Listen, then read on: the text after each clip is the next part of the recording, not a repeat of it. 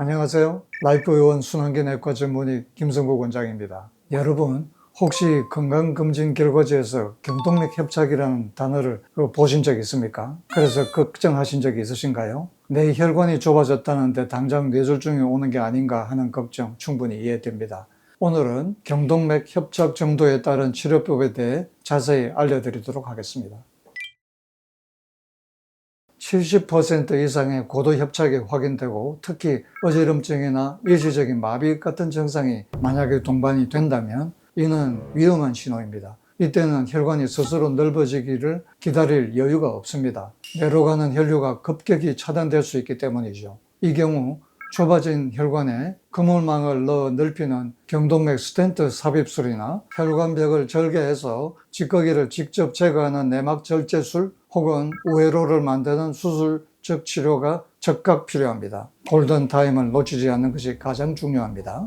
증상이 없는 경우는 좀 다릅니다. 스텐트는 도움이 되지만 내막 절제술은 별 도움이 안 된다고 되어 있고, 스텐트를 할 경우 초기의 그 위험이 약물보다 높아서 신중히 결정해야 될 것 같습니다. 이 단계는 수술보다는 약물 치료를 우선으로 해야 됩니다. 그 혈전, 곧 피떡이죠. 이것이 생기지 않도록 하는 것이 핵심입니다. 혈소판 응집을 억제하는 아스피린 같은 항혈전제를 사용해야 합니다. 수치가 아직 높지 않다 하더라도 스타틴을 적극적으로 해야 됩니다. 스타틴은 단순히 콜레스테롤만 낮추는 게 아니라 혈관벽을 안정시키고 혈전이 생기는 걸 막기 때문입니다. 기존 의학에서는 지켜보자는 그런 가이드라인이었는데 제가 생각하기에는 이때가 또 하나의 골든타임이라고 봅니다. 그냥 단순히 지켜보는 것이 아니라 동맥경화에 대한 새로운 개념으로 접근하는 게 좋습니다.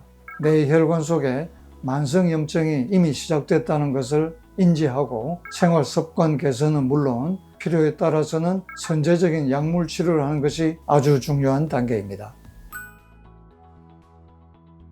쉽게 말하자면 혈관벽에 콜레스테롤이 산화되면서 발생하는 염증입니다. 다시 말하면 콜레스테롤성 고름이라고 볼 수 있죠. 우리 몸의 면역세포 백혈구가 산화된 콜레스테롤을 잡아먹으면서 염증 반응이 일어납니다. 이 콜레스테롤과 염증세포가 엉겨붙은 게 죽상경화반이라 보시면 됩니다. 이게 딱딱하게 굳어 있으면 다행인데 말랑할 때는 잘 이게 파열이 되는데 이때 혈전이 생깁니다. 때로는 파열 없이도 혈전이 생기기도 합니다. 혈전이 생기면 길어봐야 수일 내에 혈전이 떨어져 올라가서 혈관을 막으면 뇌경색이 발생하는 거죠.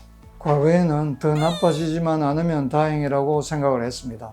하지만 최근 연구들에 따르면 동맥경화도 가역적이다. 다시 말해서 되돌릴 수 있다라고 이제는 가능성이 생겼습니다. 이를 위해서는 철저하게 기저질환 관리를 잘하고 식이요법, 운동을 병행하면서 적극적인 치료도 할 수 있습니다. 항염, 항산화제를 투여하면서 ECP를 병행하면서 그 동맥경화 개선을 적극적으로 할 수가 있게 됐습니다. 그래서 이제는 유지를 넘어서서 회복을 목표로 치료하는 시대가 오고 있는 거죠.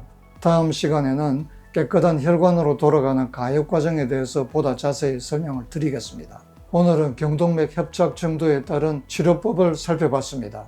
요약하자면 70% 이상이면서 증상이 있으면 적극적으로 시술을 하고 50% 이상은 약물 치료를 하고 그리고 그 미만이라 하더라도 혈관을 되돌리기 위한 선제적인 노력을 하는 겁니다. 동맥경화는 단순히 늙어서 생기는 변화가 아니라 우리 몸이 보내는 SOS 신호입니다. 아직 괜찮겠지 하는 생각으로 미루지 마세요. 지금 내 혈관 상태가 어느 정도인지 어떻게 되돌릴 수 있는지 전문가와 함께 고민해 보시면 좋겠습니다. 감사합니다.